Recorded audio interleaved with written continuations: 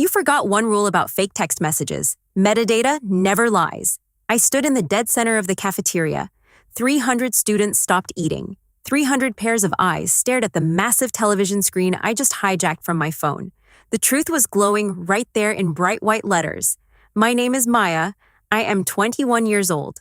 And this is the story of how I completely dismantled a queen bee without ever raising my voice. It started 3 months ago. I was dating a guy named Liam. He had a tight circle. 2 guys, 1 girl. Her name was Chloe. Before I even met them, Liam gave me a warning. He looked me dead in the eye and told me if I ever upset Chloe, we were over immediately. I just nodded. I knew exactly what kind of girl she was. Every group has one. The untouchable princess, the sun. Mine, while the guys are just planets stuck in her orbit. Liam told me she was the most important person in his life. I smiled sweetly. I told him his friends were my friends, but inside, the game had already started. When we walked into the cafe for the first time, I spotted her instantly. She wore a pristine white dress, a perfectly rehearsed innocent smile. 2 guys sat beside her, Noah and Ethan, both looking way too comfortable.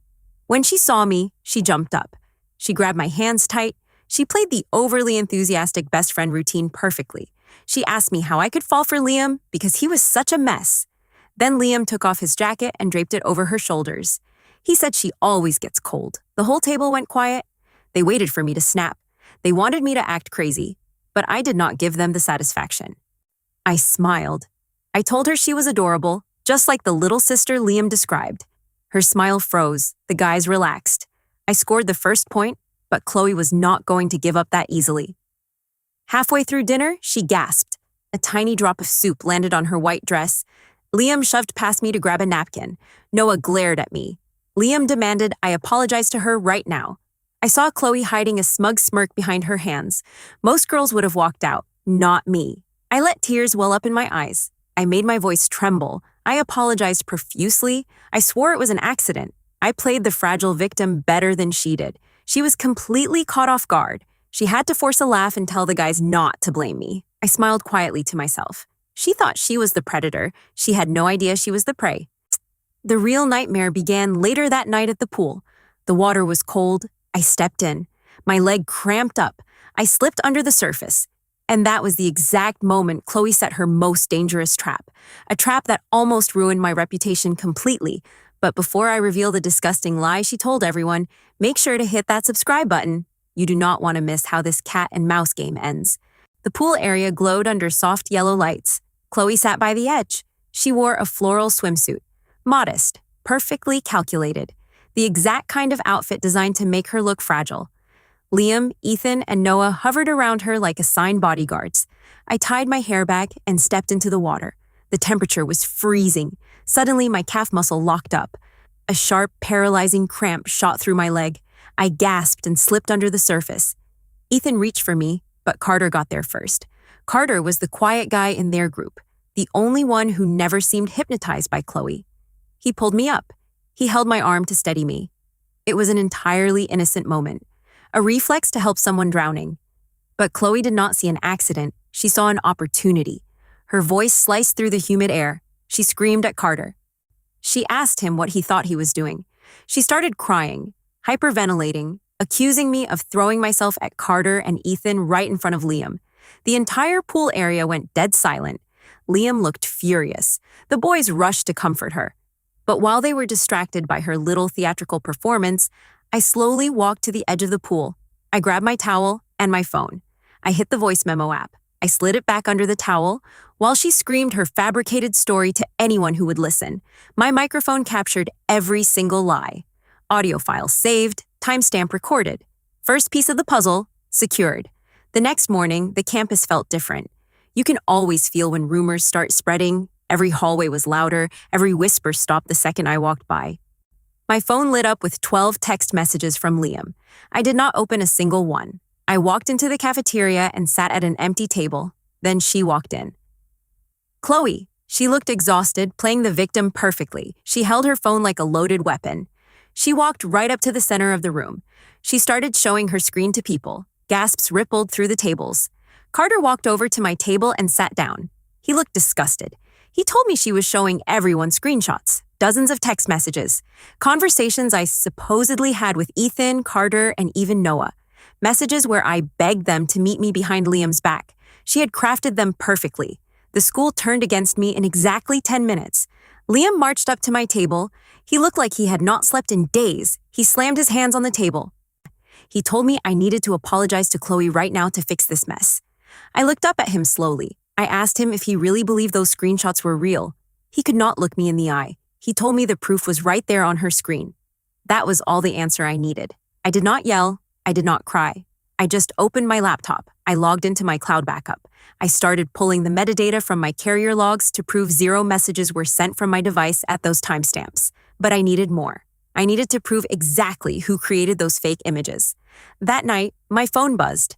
A message from an unknown number. It read, "Leave Liam alone or I will ruin your life." They thought they were so smart. They thought a burner number made them a ghost. But they made one massive, catastrophic mistake. They sent that message while connected to the campus Wi-Fi network, and I knew the computer science major who managed the network logs. You will not believe what we found on router number 4. I sat in the glow of my laptop screen at 2 a.m. Marcus, a computer science major who owed me a favor, sent me the router logs. The threatening text message was sent from an iPhone connected to the library Wi-Fi at exactly 9:14 p.m. But an IP address is just a number. It is not a name. I needed undeniable, bulletproof evidence that connected that specific phone directly to Chloe's hands.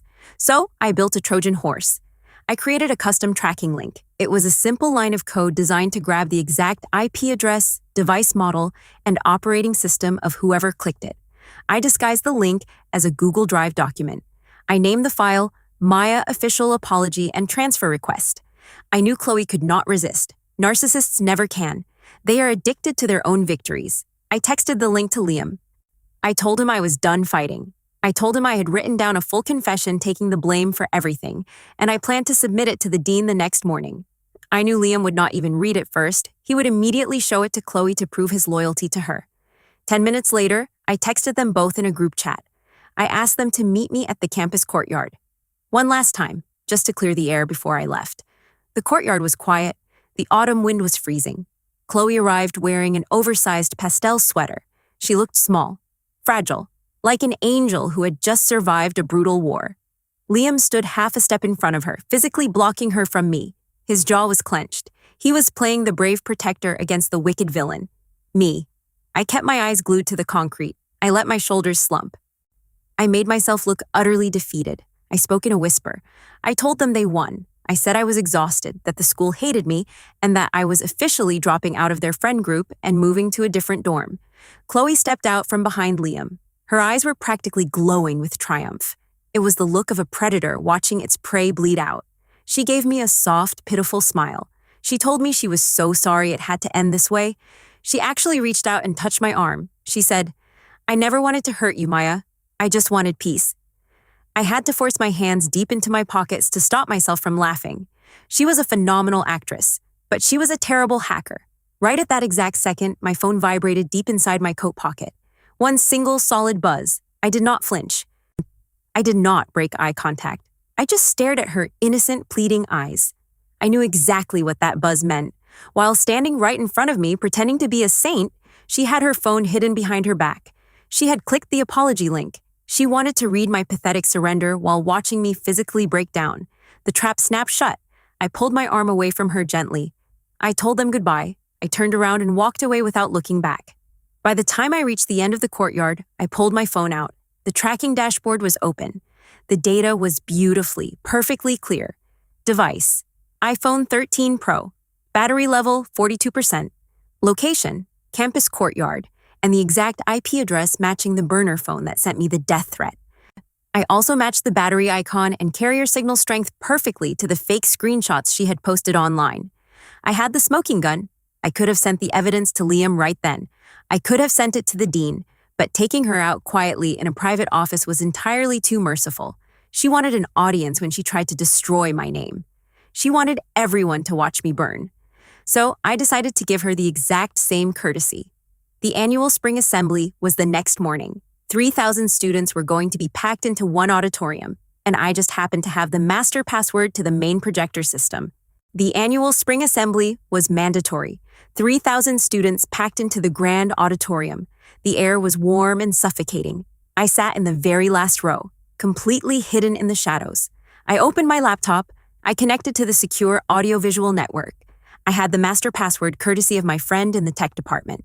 Down in the front row, sitting right in the center, was Chloe.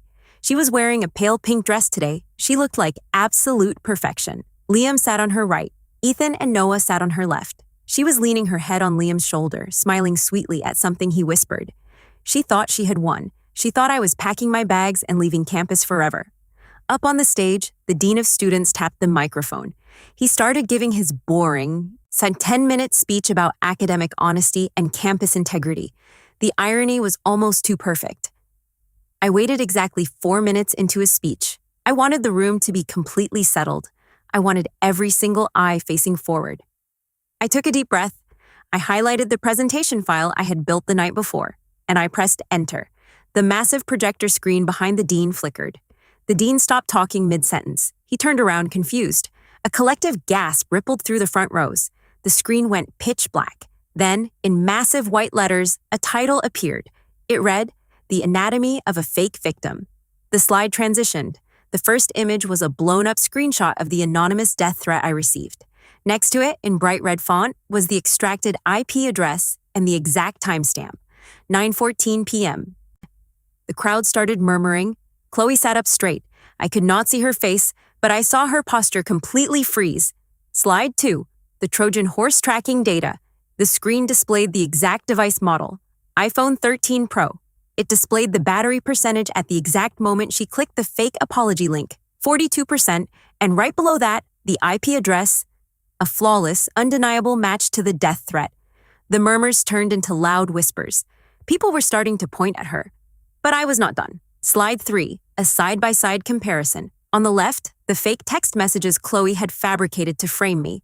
On the right, my official carrier logs provided by the phone company, legally proving that 0 messages were ever sent from my device to Ethan, Noah, or Carter at those times.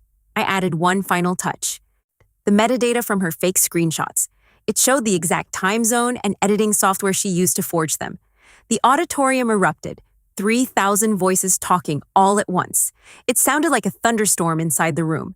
The dean was frantically yelling into his microphone, telling the tech team to cut the feed, but I had locked the system.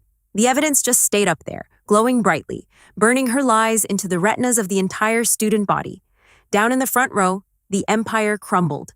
Chloe jumped out of her seat. She was shaking. She looked at Liam, her eyes wide, playing the panicked victim one last time. She reached for his arm. She yelled that it was a trick, that someone was hacking her. Liam looked at the massive screen. Then he looked down at the iPhone 13 Pro tightly gripped in her trembling hand. He saw the truth.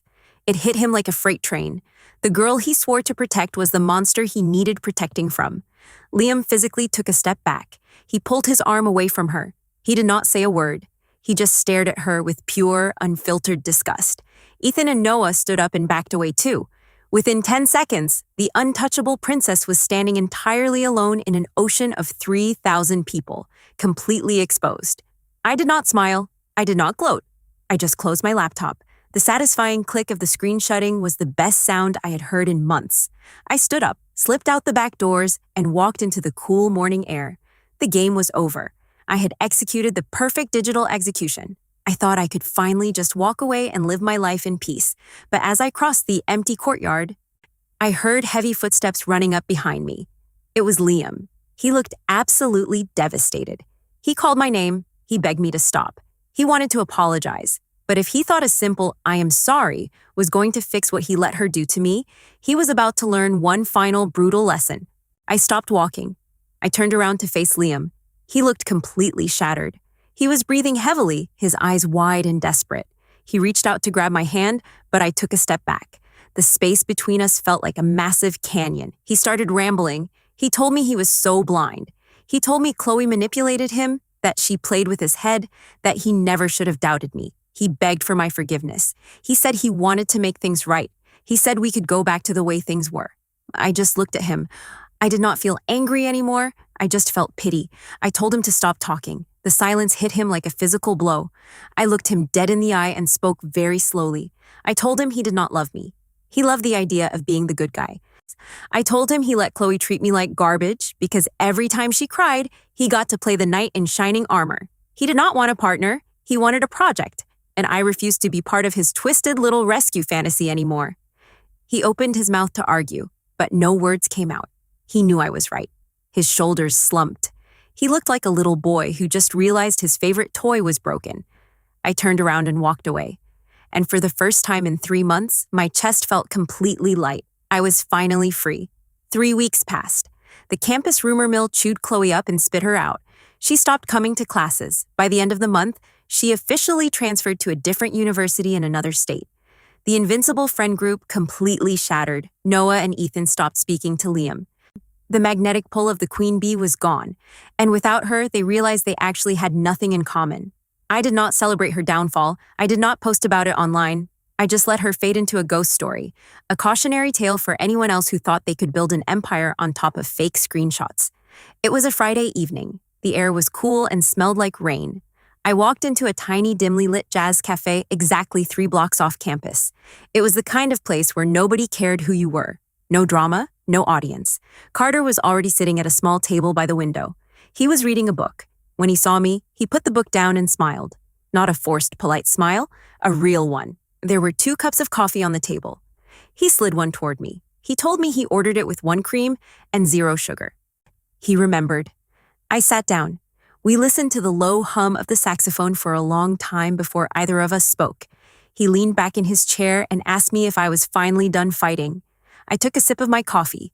I looked out the window at the quiet street. I told him I was done playing games entirely. He reached across the table. He did not grab my hand. He just rested his fingers gently against mine. He said that was good, because he was hoping we could start a story that did not require wearing armor. I laughed. It was the first real, genuine laugh I had heard from myself since this entire nightmare began. People like Chloe rely on the illusion of power. They want you to scream. They want you to fight back emotionally so they can call you crazy. But the ultimate revenge is not screaming louder than them.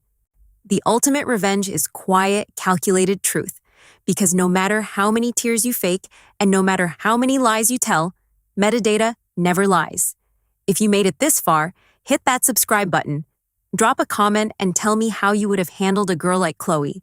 Stay smart, know your worth, and never let anyone rewrite your story. I will see you in the next one.